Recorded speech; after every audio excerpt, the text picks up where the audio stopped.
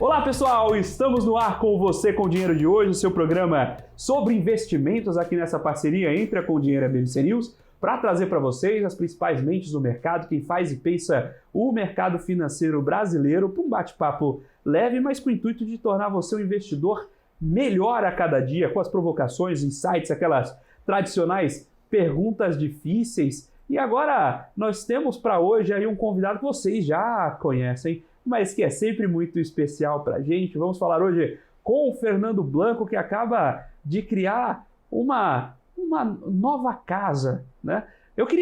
Você tinha comentado comigo, mas eu quero permitir que você apresente esse novo projeto. O que o Fernando Blanco vem aprontando para esse ano? Obrigado, Felipe, pelo convite. Prazer estar aqui com vocês de novo.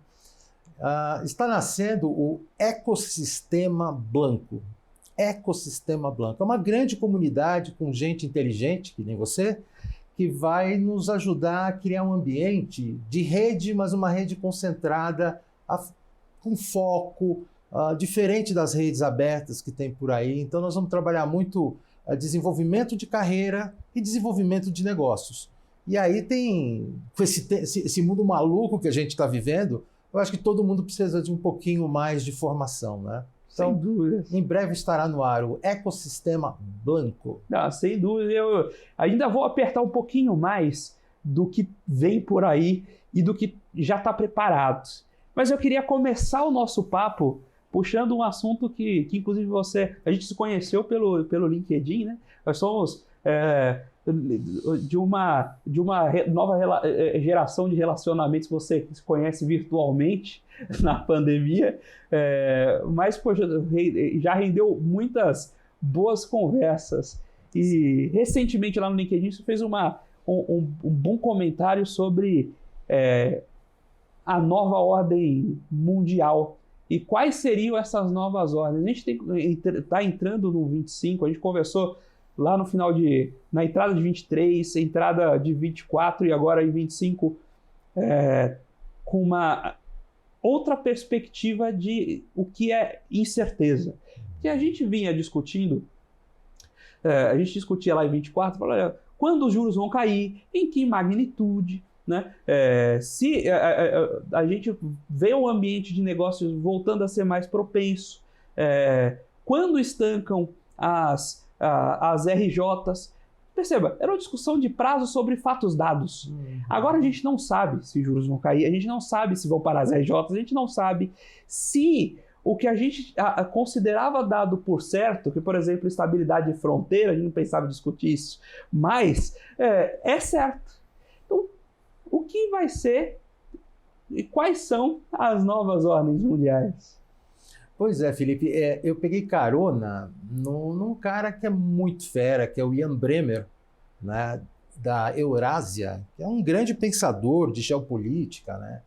E ele disse o seguinte, olha, aquela história da gente falar de ordem mundial, né, que era bipolarizada no passado entre Estados Unidos e União Soviética, mudou completamente isso, né? Mudou completamente isso. Durante uns 10, 15 anos, depois da queda do Muro de Berlim, os Estados Unidos passaram a reinar soberanos, né? Não tinha ninguém no mundo que peitasse o poderio americano. Mudou. Foi mudando aos poucos, e hoje o que o Ian Bremmer coloca e que eu tenho divulgado é que é o seguinte, nós temos 3 ordens mundiais. Uma é militar, e se deu quando a Rússia invade a Ucrânia sem pedir licença. E não saiu mais de lá. E, curiosamente, não conseguiu dominar também, né? Então, o conceito de domínio territorial mudou completamente. Hoje, como chama aquilo? Os vents, né? Essas maquininhas que voam, como é que a gente chama isso? Drones. Drones. Um drone faz um estrago num encouraçado, né? Derruba avião, destrói. Então, assim, a guerra ficou diferente, né? E o ser humano, aparentemente, também passou a ter um pouco de vergonha de matar civis. Mata, mas não é bem de propósito. Quando você vê imagens da Segunda Guerra Mundial, cidades destruídas, matava civil e dane-se. Então, de repente, você tem o Oriente Médio pegando fogo e você tem a China ameaçando Taiwan. Aí vem os Estados Unidos, que pô, não tem uma tradição histórica de invadir vizinho e tal, e o Trump, que não é um cara belicoso, fala em botar a pata em cima de outros territórios. Eu nem acho que vai fazer, mas cria uma confusão danada. Então, no aspecto da nova ordem mundial, territorial, militar, ao que tudo indica, nós vamos ter 3 megapotências, China, Estados Unidos e Rússia, cada um olhando para o seu território de influência e ninguém se mete na área do outro. Aí você tem uma nova ordem mundial dos negócios, que ela nem é tão nova, porque o mundo hoje ele é ancorado num grande produtor de bens, né, indústria, e um grande consumidor disso, que é principalmente os Estados Unidos, mas o resto do mundo junto, né? Então, assim, você tem a China e seus satélites, Vietnã, Laos, produzindo muito barato e o resto do mundo comprando. Vem Trump e diz assim, vou taxar todo mundo, vou taxar o Canadá, o México, pô, os caras são do NAFTA, vou taxar o Brasil, pô, mas peraí, a gente exporta commodity, ou seja, o cara vai no tabuleiro, todo montadinho, pega o tabuleiro e joga no chão. Caramba, o que isso vai acontecer? A China, ela tem uma produção tão excedente às suas necessidades domésticas que se ela tem um freio, já está tendo um freio na própria China, que o crescimento chinês foi muito mais fraco do que se esperava, do que se gostaria. Se ele para de exportar tanto para os Estados Unidos, ele vai enfiar isso em algum lugar, a preço de banana. E é isso que o Brasil tem que se preocupar muito. Porque pode ter uma invasão de produto chinês muito barato aqui, vai fazer estrago na indústria nacional. O mundo das finanças ainda é altamente concentrado nos Estados Unidos, mas aí vem o quê? Aí vem a discussão do dólar. China, Brasil, BRICS, querendo montar moeda paralela, tal. Isso aí começou a criar ruído lá nos Estados Unidos. O Trump disse que quem embarcar nessa aventura terá problemas com os Estados Unidos. E o Brasil também não precisaria importar essa confusão, né? Dizendo que o nosso presidente fazendo bravata. Por que eu tenho que usar o dólar? Porque é a melhor moeda do mundo, só isso. Nunca deu calote, nunca foi reestruturada, nunca cortou zero, nunca teve tablita, que os mais jovens talvez não saibam. Por isso, é um país que tem um comprometimento histórico no combate à inflação. Ok. Vem a terceira ordem mundial, e essa acho que é a grande novidade, né? Que ninguém sabe muito bem onde ela vai dar, que é a tecnologia. Essa terceira ordem também está uma luta entre China e Estados Unidos. Os Estados Unidos têm as big techs, né? Mas a China tem desenvolvido muita coisa diferente, né? Eles já deram uma acelerada na questão tecnológica muito, muito grande. Você tem um TikTok que incomodou muito os Estados Unidos. Mas tem um fato novo, que é o Trump pegar as big techs, os donos das big techs, e levar para a sua posse. E aí se fala em tecnofeudalismo, eu prefiro falar em tecno-oligarquia, né, que é um grupo de homens poderosos que tem poder para quê? Tem 2 poderes aqui eu vejo. Um é tech puro, inteligência artificial. Para onde vai esse troço? Até onde vai? Um presidente da República que fala em alto e bom som, olha, aqui não tem restrição, você pode usar isso para um bocado de coisa errada, né? Do outro lado, você tem o descontrole das mídias sociais, que pode ser usado também, e ainda usando IA nas mídias sociais, tipo Oeste Selvagem, vale tudo, dá para ter um bocado de confusão. Então, assim, são 3 pilares que já estão mexendo com a vida de todo mundo, só que ninguém sabe para onde vai. E aí, a tua introdução no programa, que foi perfeita, é assim, A única certeza é que nós não temos certeza de nada. No plano global. Eu acho que não tem ninguém comprando um tijolo para aumentar o muro da fábrica, né? Tá todo mundo assim. E como é que fica investimento nisso? Não fica, né? Completamente paralisado. Se você pensar na demanda agregada, consumo das famílias mais investimento das empresas não tem. Tem. Por exemplo, Trump falou muito, e isso vem ecoando no que se diz do offshore para o onshore ou para o nearshore. Bom, nearshore seria México, para os Estados Unidos seria México, Canadá. O cara já fala que vai sobretaxar. Então, ok. Será que ele vai ter algum tipo de incentivo para que americanos construam fábricas nos Estados Unidos? Será que o empresário americano tem coragem de começar a subir fábrica lá? Porque, não. O chinês também não vai. Porque o chinês já tem sobrecapacidade, né? Na resto do mundo, ninguém sabe. O Brasil é um país à parte, né? Porque tem uma taxa de juros maluca, um câmbio que não era tão maluco, mas ficou. Ninguém dá um passo. Ninguém está dando um passo. A Europa, estruturalmente anêmica, é um continente que ficou preguiçoso, né? Então, assim, investimento empresarial morto. Até quando é que a gente não sabe, mas vai demorar.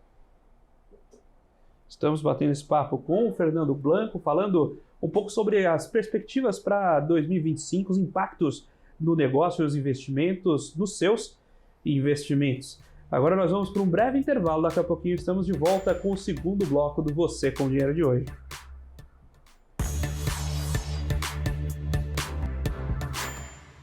Olá pessoal, estamos de volta aqui para o segundo bloco do Você com Dinheiro de hoje, batendo papo com o Fernando Blanco sobre 2025, sobre perspectivas, sobre como se preparar para esse cenário imprevisível. E eu queria voltar nesse ponto, na verdade numa ponte, né? Porque a gente está preso em um compasso de espera que traz perdas na própria estrutura de crescimento. O crescimento que a gente deixa passar não consegue crescer mais, né? E, ao mesmo tempo, tem aqueles investimentos já feitos num universo de dinheiro gratuito ou muito barato, e que estão cobrando um preço não esperado das companhias. E aí o show de RJs nós tivemos no ano passado. Como é que está a situação do endividamento das companhias e quais consequências a gente ainda deve sentir em 2025? Olha, Felipe, você sabe que endividamento é o meu tema favorito, né? Sei. Trabalhei em banco tantos anos, hoje fazendo consultoria para empresas, mentorando e tal. É de mal a pior, eu lamento dizer. Eu acho assim que os bancos, eu conversei já com alguns banqueiros, dono de banco, dos caras dizerem, não aumentem mais essa Selic, por favor. Por quê? Porque o banqueiro sabe que não tem mais como repassar. Não tem mais como repassar. As empresas estão num gargalo. Lógico, tem setor e setor e tal, mas assim, apesar de um crescimento robusto, entre aspas, de 3,5%, que deve fechar 24%, a gente não vê assim um aquecimento. Então, as empresas, o que está gerando de caixa operacional, elas levam uma cacetada de juros. Então, assim, é um festival de renegociação de dívidas, de reperfilamento de dívidas. E o mercado tomou tanta pancada de RJ, que o banqueiro também está dizendo, peraí, também estou machucado, agora chegou minha vez e vou escolher a dedo para quem eu vou dar dinheiro. E vou cobrar o máximo possível que eu conseguir. Por quê? Porque ele cobra de quem pode pagar para tampar o buraco de quem não pagou. É do jogo. Sempre foi, sempre será. Então, aí você pega, por exemplo, né, as empresas brasileiras e as famílias, né? As famílias. Esse câmbio completamente fora de propósito, né? O Haddad outro dia comentou até que no início do governo Lula havia 5,40. o dólar, eu não lembro se foi tão baixo, mas foi 5 e qualquer coisa eu lembro. Bater 7, bater 6, né? 6,30 foi. E todo mundo dizia, vai a 7, vai a 7. Gente do céu, hoje em dia, diferentemente lá atrás, qualquer produto que a gente usa tem componente importado. Qualquer um. Os combustíveis são indexados a preços internacionais, ao dólar. Esse governo parece que está dando uma maciada para segurar a onda da inflação. Já tem gritaria contra isso também, porque vai mexer no resultado da Petrobras. Mas para e pensa. Então E o Brasil tem 2 problemas quando a gente fala de preço. Um é a inflação, que é desigual. Cada um de nós está aqui nesse estúdio tem uma inflação diferente. Depende do nosso consumo. Né? Então a gente vê lá a inflação passou do teto da meta para 4,8, sei lá, qualquer coisa do gênero. Para algumas pessoas é 15. E aí? Aí, tudo que ela compra, né, vai tendo mais uma inflaçãozinha. Esse é um lado. O outro lado é que o Brasil já está muito caro. Eu tenho uma neta na Itália, a minha linda Sofia, e eu vou lá visitar ela toda hora. Gente, uma cidade como Torino, é custo de vida de São Paulo. Primeiríssimo mundo, uma das cidades mais bacanas da Itália. São Paulo e Torino tá ali. Ou seja, só que a gente não ganha salário em euro.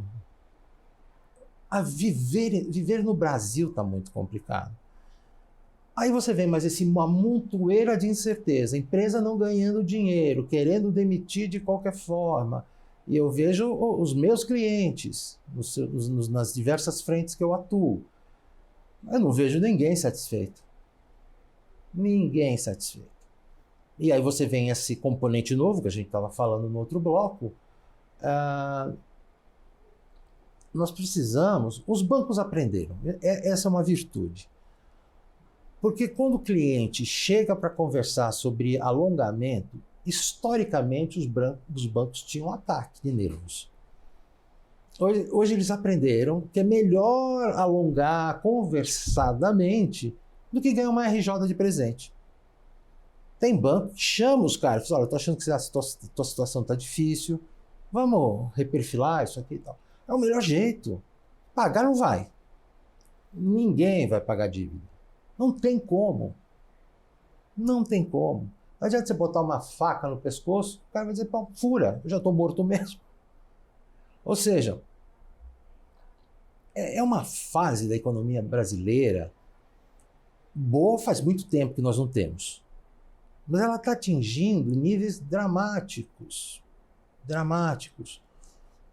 Eu acho que você vai perguntar sobre déficit público, dívida pública. Quanto mais você cobra de imposto, quanto mais o governo tira de recursos da sociedade, menos dinheiro sobra para investir ou consumir. Olha, é uma espiral, vai para o magma isso aqui. Ou seja, o Brasil é um país que está completamente... Assim, não há uma conexão. São disputas por recursos escassos, setor público contra o setor privado. No setor privado, famílias versus empresas. Dentro da empresa, diretorias lutando por protagonismo, porque os orçamentos estão super... Todo mundo lutando para ter um headcount a mais em relação a outra área para sobreviver dentro da empresa. Acionistas contra executivos. O acionista quer tirar mais dinheiro, o executivo precisa segurar para tocar o negócio. Você vai para o setor público. Executivo versus, essa é a palavra, versus legislativo versus judiciário. Só um é responsável pelo caixa, que é o Tesouro Nacional, que está no executivo. Os outros gastam o que querem. E o federal, o estadual e o municipal? Também brigando. É muito recurso escasso para uma Constituição que foi feita em outro momento, com outros seres humanos. E com outras dores. Outras dores. Você estava super sensibilizado pela restrição de direitos. Então você coloca... quem estava ali legislando estava muito preocupado com a garantia dos direitos. E aí, a gente sabe quando a gente está com o braço sangrando, o pontapé no dedão, a gente esquece. Exato. Só que aí agora, costurou o braço e o dedão a gente tá quase perdendo o dedão. Inflamado, né? Exato. Latejando. Exatamente. E aí, eu tenho falado assim, nós precisamos de uma nova concertação nacional. Todos esses agentes. Quer ver uma bobagem? O Banco Central hoje é independente. A governança de câmbio e juros, o executivo perdeu. Num mundo globalizado, um país como o Brasil, que é um ator pequeno nesse jogo, sujeito a ataques especulativos, entra dinheiro, sai dinheiro. O executivo também não tem mais poder sobre isso. É muita complicação para um paísinho só. E, novamente, você falou muito bem das dores, mas os médicos e enfermeiros daquele tempo, vamos combinar que tinham um pouco mais de sentido patriótico com o país. Hoje não é mais assim. Hoje é todo mundo farinha pouca, meu pirão primeiro, né? Como se diz. Então, assim, o cenário é muito ruim, Felipe. Dá para dizer que o executivo tem muito poder e muita placa, tem muita responsabilidade, muita placa para pouco poder? Mas é exatamente isso.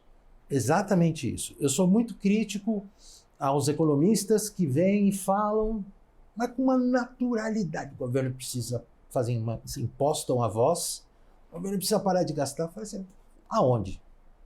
Me fala. Pode cortar a saúde? Não. Como se a saúde fosse boa para cortar, mas não pode. Pode cortar na educação? Como se a educação fosse boa. Também não pode. Corta em segurança. Cortar na segurança? Precisamos contratar um exército para cuidar da gente nas cidades? Também não pode. Pode nada. Aposentados. Aí você tem os programas tipo Bolsa Família da Vida. Ou seja, onde corta? E o Congresso também arranca seu naco agora, coisa que não era comum no passado.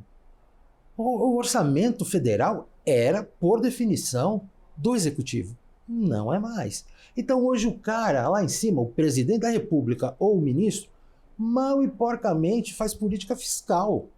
Porque agora ele não faz mais a monetária e ele não faz mais a cambial. Eu aprendi economia com esse tripézinho aqui. São 3 políticas que o cara tem para fazer. Para segurar a inflação, para cuidar do balanço de pagamentos, para o crescimento da renda. Ser do executivo hoje não vale grande coisa não. É só pedrada que leva. É só pedrada. E aí, nós, como nação, nós envelhecemos antes de enriquecer. Nós tivemos criamos essa governança moderna de pesos e contrapesos e tal, antes de sermos um país de pessoas sérias. Ou seja, nós vamos ter que cortar benefícios, sim. Nós vamos ter que mexer na aposentadoria de novo, porque essa reforma já nasceu meio morta. E tudo isso é muito triste.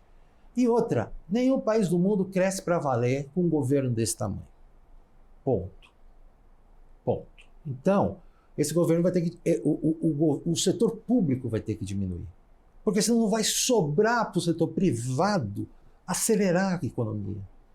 Né? Como a gente aprende, né, em economia, o setor público, qualquer setor público, ele é menos produtivo do que o setor privado. Cada R$1 que vai para uma pessoa física, para uma empresa ou para um setor público qualquer, esse vai ser o menos produtivo, é o que vai gerar menos tração. Imagina, 38% do PIB são gastos públicos. Impostos aí comendo 34% para 35%. É muito dinheiro que sai da sociedade que realmente é produtiva. Né? É isso. Como começar a destravar isso, né? Porque a gente tem os gastos públicos muito determinados de maneira constitucional. E aquele negócio, tem uma frase conhecida do Ciro Gomes quando candidato a presidente, né? É aquela história do dar bilhão. Mas a gente tem que cortar, vou diminuir papel higiênico para o hospital. Mas que diferença isso vai fazer nas grandes linhas? A gente tem uma dívida pública que cresce em termos primários. Agora a gente fez um esforço lá para tentar bater em 0,5%, mas tudo mais constante cresce 2% no nominal, mas agora 14% por composição de juros. A dívida vai crescendo 15%, 16% ao ano. Então, para você parar, para você frear isso, baixar juros, ok, mas você precisaria de um superávit primário estruturante. A gente está falando de diminuir de superávit de 2%, 3%, 4% para a gente arrefecer isso antes de começar a pensar o Estado de novo. Se não dá para cortar a despesa, a gente vai aumentar imposto? Dá para aumentar imposto? É a solução mais simples, né? É a solução mais simples. E você tem, no caso do Brasil, a desoneração de setores. Talvez a gente precisasse começar a colocar o dedo na ferida, né? E fazer uma discussão, colocar os adultos na sala e falar, olha, sim, vai ter aumento de imposto, a gente vai subir carga por N períodos, aí a gente conseguir parar para pensar. Hoje não dá. Ou então a gente vai cortar, ou a gente vai ter que rever a Constituição, fazer cortes estruturais no orçamento, para aí a gente começar a conversar. Porque esse assunto nunca surge, como você também comentou, vem o economista com a voz impostada falar que sim ou que não em cima dos 50 milhões, 100 milhões, porque o fulano ganha um salário que dá X milhões por ano no agregado. Isso não dá nada no orçamento. Se a gente não parar para ter uma discussão séria, enquanto estiver na picuinha, não vai para canto nenhum, né? E Felipe, para e pensa, quando você fala, alguém fala, não pode reajustar o salário mínimo acima da inflação, por exemplo, que o Lula tem feito. Assim, porra, o salário mínimo é uma vergonha em nível internacional. Você não quer dar o mínimo para melhorar a vida desse cidadão? O problema não é o mínimo que você dá para o K1. É multiplicado por dezenas de milhões de pessoas todo mês. Então, no caso do Brasil, como esse governo, principalmente, ele investe na população de baixa renda, é um naco muito grande da população. Então, assim, qualquer centavo vira bilhão. E como é que você desarma isso? Não tem jeito. Eu volto ao termo talvez um pouco erudito, que é a concertação nacional. Não passa por uma nova Constituição, passa por os grandes líderes da nação sentarem, quase que fazer um seminário off-site, se hospeda num hotel em Campos do Jordão, presidente da Câmara, do Senado, diz assim, vamos lá. Os senhores aprovam essa desoneração para suas empresas. Os senhores não deixam eu mexer na saúde e na educação. Os senhores, eu da minha parte, executivo, eu tenho dado um cacareco a mais aqui e ali, então vou parar de dar. Tem que ser assim. Planilhão aberto fazendo simulação, que nem empresa faz, que nem banco faz. Exato. Planilhão. Simula. Manda os caras do técnico do Tesouro Nacional lá, do Ministério da Fazenda, e ficam os big boys. O senhor presidente do Supremo Tribunal Federal, olha quanto custa o judiciário. Olha quanto custa o seu STF. Tem que cortar. Esses caras que vão lá na sala para puxar cadeira, para pegar a sua... Como chama aquilo lá? Toga. Sua toga, não dá mais. E no limite é o seguinte, e corta. Tá todo mundo cortando seus 10%. Isso é sua corta parte. O seu. Se você vai mandar gente embora, se não vai contratar, se você vai trocar cadeira... Problema seu. Quando a gente recebe orçamento da empresa, não é assim? É assim. É assim. Eu estou vivendo isso hoje. É assim. E não tem conversa.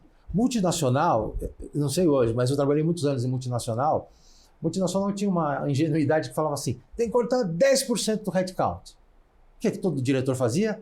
Copeiro, office boy, recepcionista, cortava. A turma de baixo. Quando a matriz esquecia, contratava tudo de novo. Ou contratava terceirizado, que entrava numa outra linha. Olha, me engana que eu gosto. Empresa de dono não tem isso. Se só cabe 1 milhão, vai arrancar de onde dá para tirar. Ninguém fica cortando papel higiênico. Até corta o papel higiênico também, mas vai cortar, vai passar um serrote em coisa grande. E tem muita coisa grande. Mas o mais triste da história é que nós não vamos escapar de fazer maldades. Aí tem uma outra conversa. Como é que mexe com os bilionários? Qual é a contribuição deles? Né? A gente sabe que é um povo que é muito bem conectado. Né? Então, 27,5%, é muito alto. Não, é muito baixo. Na Holanda, você dá bom dia, 40% de imposto de renda. Não paga dividendos. Mas o imposto da empresa é 34%, ainda paga PIS, COFINS e o cacete a quatro. Ou seja, tem que revisitar tudo isso, tem que fazer uma pesquisa de melhores práticas. Por que os países escandinavos funcionam? Como os países escandinavos funcionam? Imposto lá em cima, os ricos odeiam, vão para o paraíso fiscal, fazem o diabo. Tem um grau de qualidade, de proteção social muito grande, educação de primeira linha, saúde, tudo de graça. Aí você vira o compasso para o outro lado e, tem o Brasil, né? Que a gente paga imposto escandinavo, mas alguns pagam muito e outros não pagam nada. Vocês têm que refazer isso tudo. Como é que você bota esse IVA nosso aí, 28% ou coisa parecida, onde o sujeito é um bilionário e tem uma faxineira em casa e os dois pagam o mesmo IVA pela mesma Coca-Cola que vão tomar. Isso é uma aberração. Esse imposto que atinge transversalmente tinha que ser muito mais baixo. E aí o imposto de renda do rico que seja alto e o da faxineira que seja baixinho. Ou seja, tem que reinventar o país. Um novo design de país, entende? Só que, isso vai mexer com os interesses de tanta gente.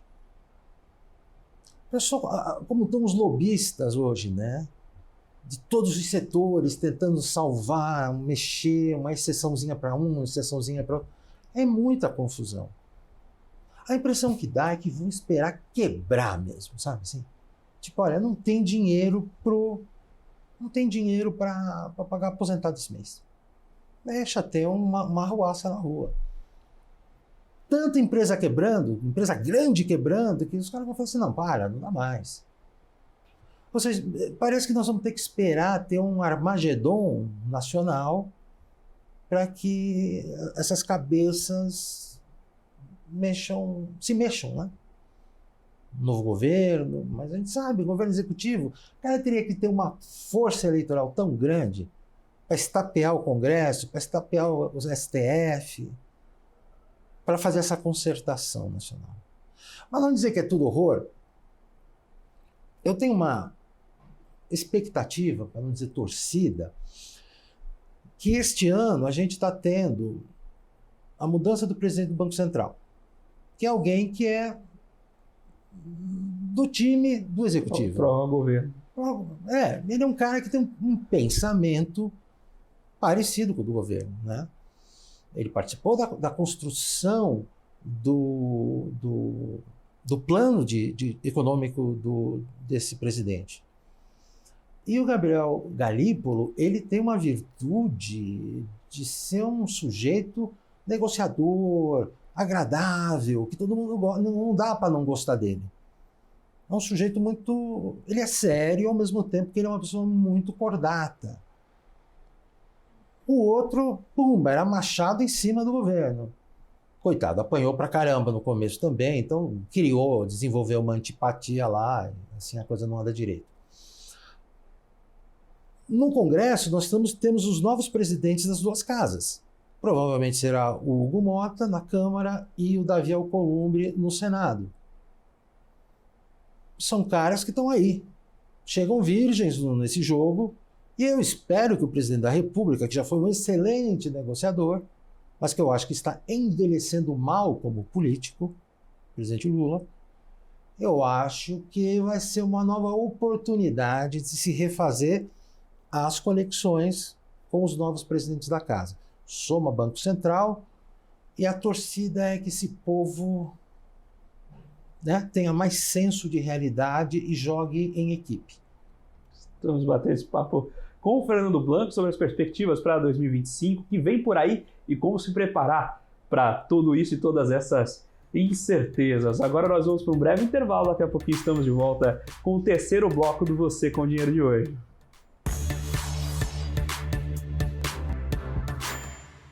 Olá pessoal, estamos de volta aqui para o terceiro bloco do Você com Dinheiro de hoje, batendo um papo com o Fernando Blanco sobre as perspectivas para 2025, as novidades aí que ele está preparando também, naturalmente, como pensar esse novo mundo de incertezas. E nessa maluquice a gente falou ano passado das RJs, agora a gente está indo para o segundo nível de tudo isso, que são os abraços dos afogados, né? A gente está vendo alguns M&As aí grandes, alguns sendo discutidos, alguns já foram efetivados no fim do ano passado, outros estão sendo concluídos agora, de grandes companhias que estão passando por dificuldades. Acho que o mais emblemático de todos eles é justamente Gol e Azul. Mas a gente teria outros exemplos aqui para dar. Eu estava lá no grupo dos professores de finanças, né? No WhatsApp, o que a gente discute, né? O Oscar? Não, a gente discute fusões de empresas. E veio uma discussão, mas por que o CAD não bloquearia uma fusão entre Gol e Azul? Acho que a resposta é o mote para a provocação sua aqui, né? Que a gente não pode impedir a fusão de Gol e Azul, porque senão as duas quebram e viram um monopólio. Olha em que nível de mundo maluco a gente está. A gente tem que permitir a concentração de duas empresas, porque senão todo mundo quebra e só sobra uma. Para onde nós vamos com esses abraços de afogados? E são abraços de afogados mesmo, ou existe luz no fim do túnel? Bom, Felipe, vamos lá. Cada caso é um caso. Mas, assim, o que a gente tem visto, inclusive você comentou do ano passado, melhor não citar nomes para não atrapalhar o que já está bem atrapalhado, mas são afogados mesmo e com muita vaidade em jogo. Então, quando você vê empresários vaidosos se fundindo ou um adquirindo o outro num percentual, que não é de controle assim ostensivo, a tendência é que quebre. Não tem opção. O negócio é ruim. Porque quando o negócio é ruim, não tem corporate finance que resolva isso. Né? Perde dinheiro. Ou se alavancou demais. Então quem é que vai pôr dinheiro ali para baixar dívida? Tal? Vai tomar a empresa do cara, vai valor negativo, que nem a antiga dona da Amil, que estava vendendo a empresa pagando para alguém levar. Ou seja, quando eu falei há pouco tempo que o Brasil envelheceu antes de enriquecer, tem um lado também do capitalismo brasileiro que houve uma vou chamar de sofisticação para um país de renda inadequada para aquele nível de sofisticação. Você vai num shopping center, por exemplo, pelo menos aqui em São Paulo, você vê que aqueles restaurantes são restaurantes de rede, não é restaurante de rico. O preço que se cobra ali, óbvio, por isso que não ganha dinheiro. Porque o Brasil encareceu. O aluguel do shopping é caríssimo. Por que é caríssimo? Porque o custo de capital é altíssimo, porque o investimento que tem em segurança é altíssimo, e o imposto que paga é altíssimo. Aí ele cobra caro do lojista, e o lojista tem que cobrar caro demais, mas o cidadão que vai lá comprar não tem dinheiro. Então, eu usei esse exemplo, mas você pode multiplicar por 1000. Todos os negócios estão sofrendo. Todos os negócios estão sofrendo. Agora, não há tragédia que não saia alguém vivo. E o cara sai mais forte. Então, assim, a mensagem que eu queria passar, e você já me deu a deixa, tanto para empresários como para profissionais, é assim: seja o melhor da sua turma. Porque para o melhor tem lucro e para o melhor tem emprego. E eu vejo um desperdício de energia. Bom, vamos lá. Eu sou consultor, eu sou mentor, eu sou conselheiro, eu sou professor. Você é mais ou menos a mesma coisa e ainda é apresentador. Assim, eu falo com os empresários, eu falo com profissionais. As pessoas parecem que não entenderam. Todos acham que estão fazendo o certo, porque antes era assim e deu certo, porque eu sou bom, ruim é o meu chefe, porque eu sou bom, mal é o banco. Cara, limpa a tua cabeça com soda cáustica. O mundo mudou. Esquece as desculpas. Ah, porque o juro, ah, porque o câmbio, ah, porque o meu chefe. Esquece. Como você se torna um cara insubstituível para o teu patrão? Ou você é empresário. Como você é insubstituível para o teu cliente? Você está fazendo tudo direitinho mesmo? Pare e pensa. Quando você vai para o empresário médio pequeno, que é aquele cara que ele abre a porta da empresa, ele serve cafezinho, ele faz compra, ele vende, e ele acha, com a sua justa razão, porque trabalha tanto, e corre tanto risco, e se aborrece tanto, que ele tem um pouco de pena dele mesmo. Ok, mas isso não é suficiente. Você vai morrer quebrado e com pena de autopiedade. Tem que ter um olhar sofisticado para as coisas, empresa sem controle nenhum. Qual é a tua visão do fluxo de caixa? Você que está me assistindo aqui, empresário. Quantos dias você enxerga o teu fluxo de caixa na frente? Qual o rombo que vai abrir daqui a 30 dias, 60 dias, 90 dias? O que você está fazendo para tampar isso? Planejamento de captação. Tá, você tem uma empresa do setor X. É aquela grana que você tira da tua empresa para construir prédio, galpão, que não tem nada a ver com o teu negócio. Ah, porque você é empresário, não pode ver dinheiro que vai lá e diversifica. Acabou! Acabou! Nós vamos ter que virar empresário padrão europeu. Trabalha o pai, a mãe, 3 filhos, o vizinho, o papagaio. Acabou! Férias, uma semana em agosto. Uma semana em janeiro para esquiar, uma semana em agosto para ir no Mediterrâneo tomar banho de mar. Acabou! Empresa pobre, empresário pobre. Aqui não. Empresa quebrada, o cara tem 2 Jaguar na garagem. Eu vi. Ninguém me contou. É difícil para o governo, porque os bancos... 2 carros Jaguar. Agora o Jaguar está meio por baixo, né? Mas quando estava lá em cima, na moda, ano 2000... Ou seja, entendeu? E os profissionais... Você sabe, né? Eu escrevo no LinkedIn, tem muito seguidor e tal. E o pessoal, você tem razão no que você fala, você tem razão. Eu falei, ótimo, você faz.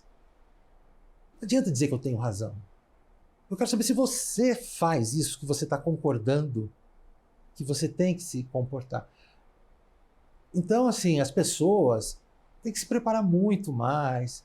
Você tem que ter uma capacidade de engajamento, de encantamento, ter um discurso, ter solidez argumentativa. É para isso que precisa estudar.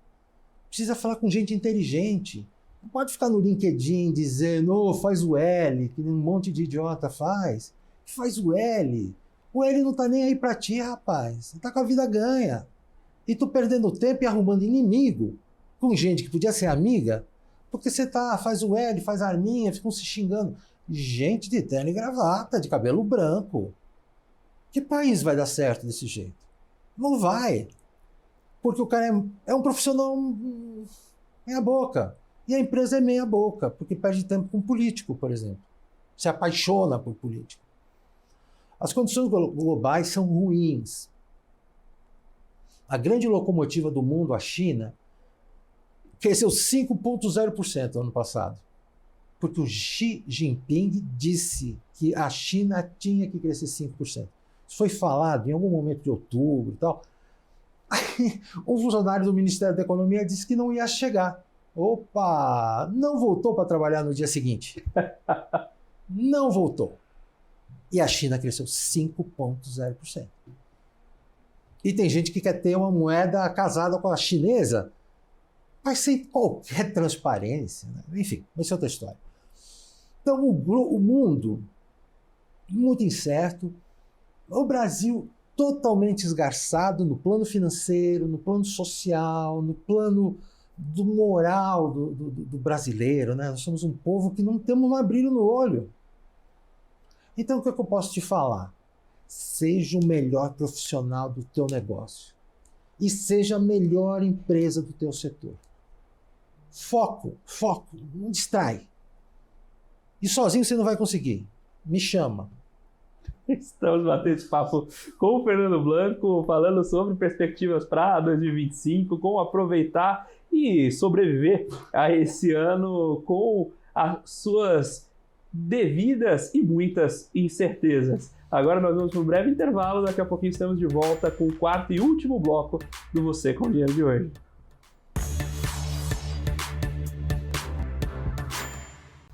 Olá pessoal, estamos de volta aqui para o quarto e último bloco do Você com Dinheiro de hoje, batendo um papo com o Fernando Blanco aqui, que veio trazer as perspectivas para 2025, mas também contar as novidades, né? Então, queria aproveitar esse último bloco aí para explorar mais essa ideia do ecossistema Blanco. De onde veio essa ideia? A gente sempre conversava nos almoços aí de umas maluquices, né? De como tentar ajudar a resolver algumas situações. O que traz aí? O que você estava preparando de artimanhas para esse ecossistema Blanco? Pois é, Felipe, assim, eu sou professor universitário desde os 25 anos de idade, em 1987. Você vai dizer, 25 anos de idade, que milagre você fez? Naquela época não precisava ter mestrado. Então a Universidade Católica de Santos me contratou, porque eu tinha feito GV, trabalhava em banco em São Paulo, então eu era uma cabeça diferente em Santos. Não parei mais, fiz mestrado lá fora e tal. Eu tenho fascinação por tentar melhorar a situação das pessoas. Eu na minha vida executiva, como C-level, de um monte de coisa, eu sempre investi muito em treinamento, em troca de melhores práticas dentro da equipe, porque eu acredito no crescimento. As pessoas precisam crescer, as pessoas gostam de crescer. Bom, nem todo mundo, mas ninguém é obrigado a crescer. Mas e os que querem crescer? E os que precisam crescer?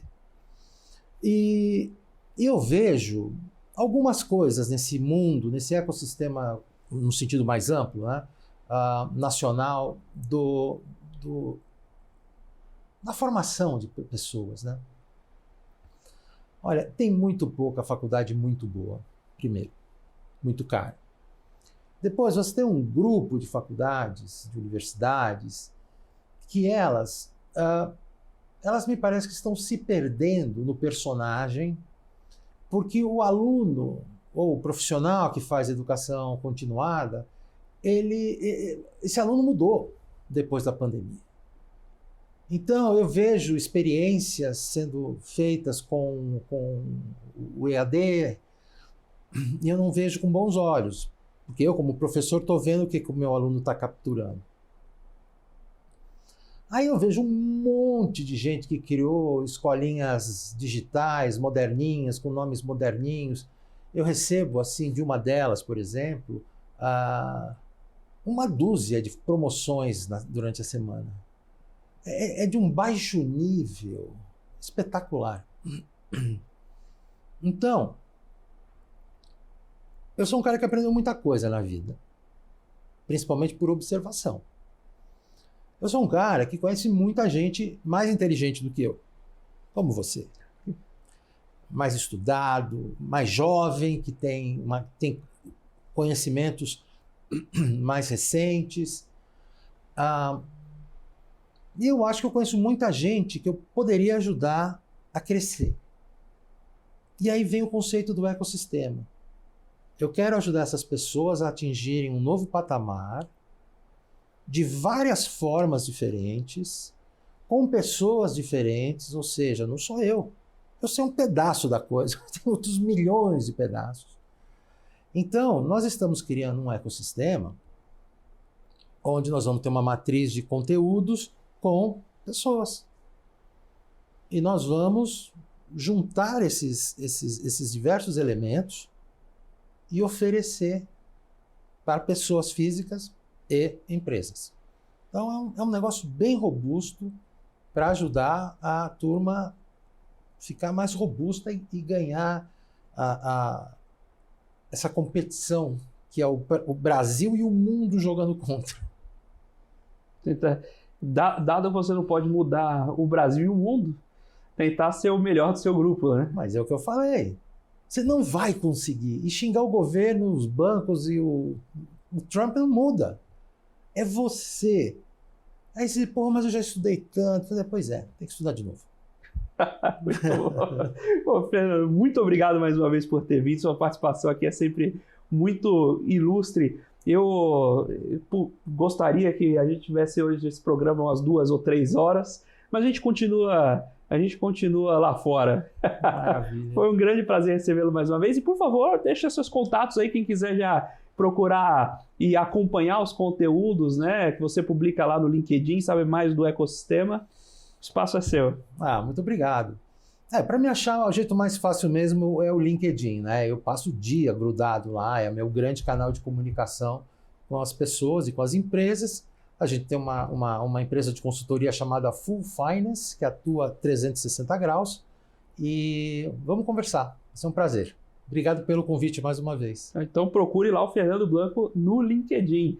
Muito obrigado, Fernando, pela sua participação. Muito obrigado a você, telespectador aqui da BMC News, investidor e profissional de mercado, pela sua companhia, pela sua audiência. O Você com Dinheiro vai aqui ao ar nessa parceria entre a Com Dinheiro e a BMC News para trazer para vocês essas grandes mentes do mercado, quem faz o mercado financeiro brasileiro acontecer. Aquela tradicional pergunta difícil, trazendo aqui os insights dos nossos convidados para que você vá se tornando um melhor tomador de decisão a cada dia. Se você quiser saber um pouco mais sobre a Com Dinheiro, como ela pode ajudar a você, seus investimentos, ao seu negócio, visite lá www.comdinheiro.com.br e mande lá um e-mail para a gente em contato@comdinheiro.com.br. O Você com Dinheiro de hoje vai ficando por aqui. Muito obrigado mais uma vez pela sua companhia, pela sua audiência e até a próxima.